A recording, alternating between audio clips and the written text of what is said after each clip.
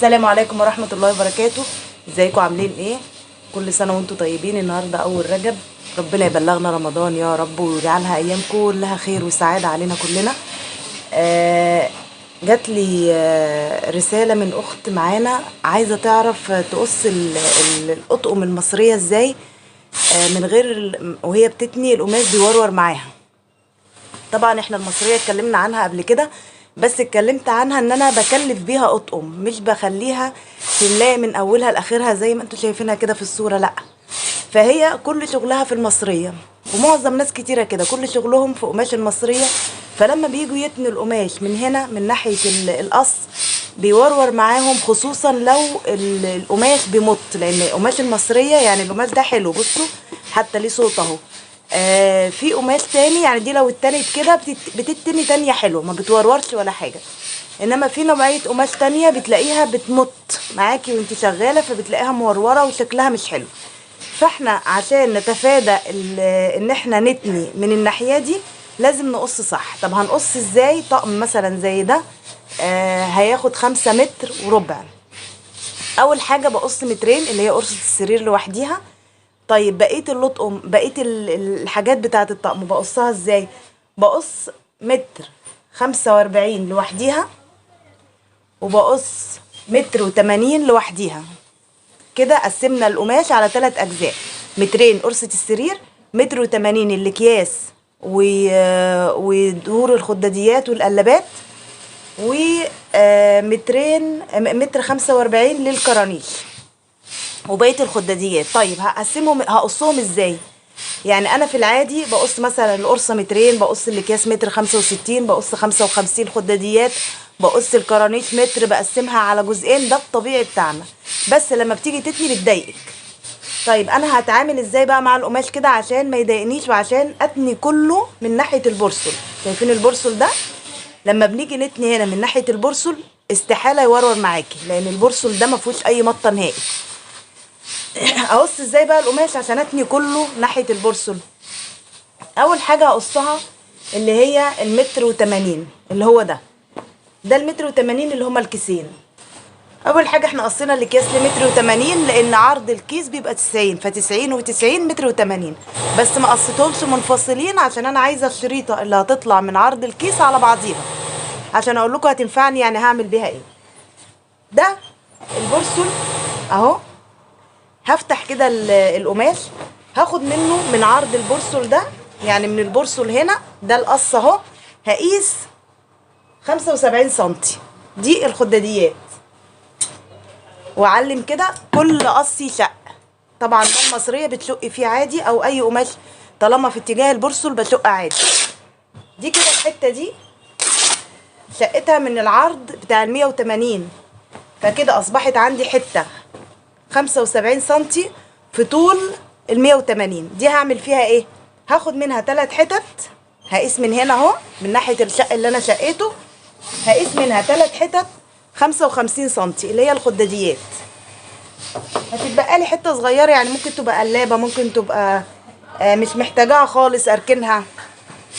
اهم 3 حتت. بصوا الحته اللي اتبقت لي اللي هي دي، هقص ال3 حتت دول.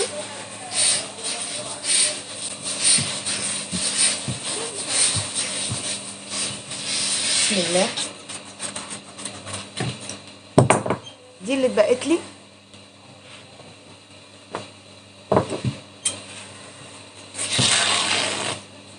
ال3 حتت دول هاخد حتتين منهم هتنيهم اللي هو ظهر الخداديه.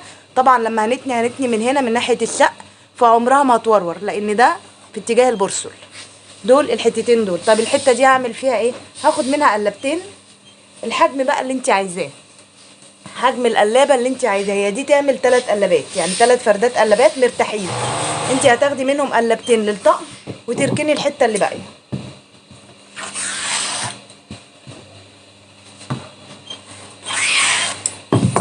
كده احنا قصينا القلبات والدهور في اتجاه البرسل، يعني كده التاني بتاعي هيبقى مظبوط ان شاء الله، ما فيهوش اي وروره ولا اي حاجه خالص. دي كده اول حاجه خلصناها. طيب الجزء اللي اتبقى ده بقى من الاكياس اللي هو عرضه متر و80 في طول كام؟ في طول متر 65 اللي هو الكيس. تعالي نقيسه تاني اهو، متر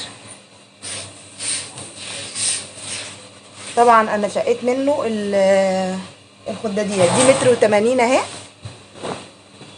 في العرض ده اللي اتبقى بعد ما شقيت ال 75 سنتي الخداديات اتبقى متر. طبعا بعد ما نشيل الحته بتاعت البورسل اللي بيكون فيها تخريمات كده، متر 65 يعني داخل كمان على متر و70، يعني طول كيس مرتاح جدا. هعمل فيه ايه ده؟ هاجي كده امسك من عند التانية بتاعت القماش عشان بس يبقى القص بتاعي مظبوط، من عند تانية القماش كده، وهقسم الحته دي بالنص. دول كده الكيسين، انا بعيد كتير عشان ما تتوهش مني.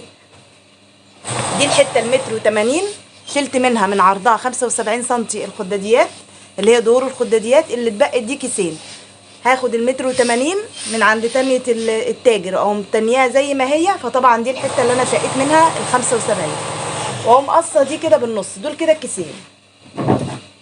بسم الله. كل كيس فيهم هيتني من هنا من عند البرسل او من عند الشق، استحاله يورور مني. الحته دي اللي هتني منها اللي هي من ناحيه البرسل. ده كده كيسين.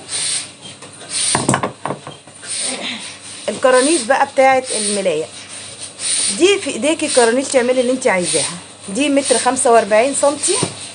اول حاجه هاخدها منها طبعا كل قصنا من ناحيه البرسل، يعني من هنا ادي البرسل اهو. انا هشق كده، هعلم بس كده وهشق. انا عايزه لطقم زي ده عايزه عرض الكورنيش 50 سنتي، يبقى انا هقص 50. عايزه عرض الكورنيش 55، هقص 55 سنتي، وهكذا. هيتبقى لي كام؟ لو جينا حسبنا هيتبقى لي 85 سنتي في طول المتر 45. دي اللي هاخد منها الخداديتين، الوش بتاع الخداديات اللي ناقصني. وبقى كده خلصت الطقم وقصيت كل حاجه فيه في اتجاه البرسل. ادي الكرانيش اهي. عندي هنا في الطقم ده هاخد 50 سنتي في الكرانيش.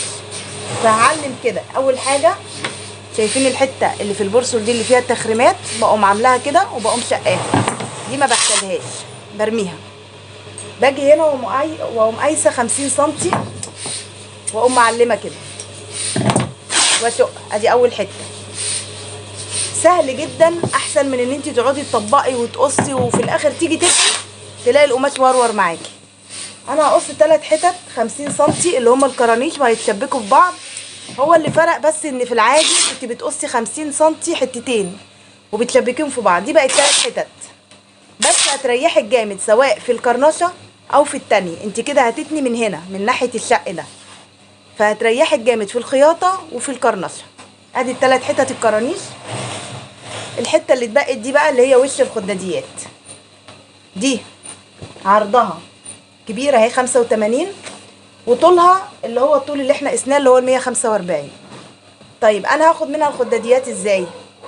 هاخد كده 55 سنتي ادي فردة خداديه، و55 سنتي فردة الخداديه التانية. طبعا هخلي طولها 75 اللي هو الطول العادي بتاع الخداديات.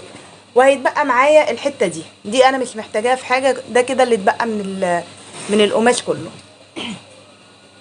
طيب انا عندي الخداديات لو جيتوا شفتوها كده، ده القص العادي بتاع اي خداديات عاديه، ما فيهاش ولا شيمه ولا حاجه. الطقم اللي انتوا شايفينه ده فيه شيمه، فبتزودي شويه في القص. انا لما سالتها قالت لي انا بقص القص العادي ما بزودش، بس انا شايفه ان هي لا، المفروض بتزودي شويه عشان الشيمه دي بتاخد من مساحه الخداديه. فانا حتى لو زودت من مساحه الشيمه معايا القماش معايا اهو في طول الخداديه، بدل مثلا 75 اخليها 80 اخليها 85. العرض نفس الحكايه، معايا حته هتتبقى، فانا معايا الطول ومعايا في العرض. طيب بالنسبه للدهور اللي احنا قصيناها، الدهور مقاسها ثابت لان ما فيهاش شيمه. هي اللعب كله في الوش اللي هي دي. يا رب يكون كلامي واضح وقدرت اوصل لكم المعلومه. ودايما القص ده تستعملوه في كل قماش المصريه، هيريحكم كتير في التاني وفي الكرنشه وفي كل حاجه. السلام عليكم ورحمه الله وبركاته.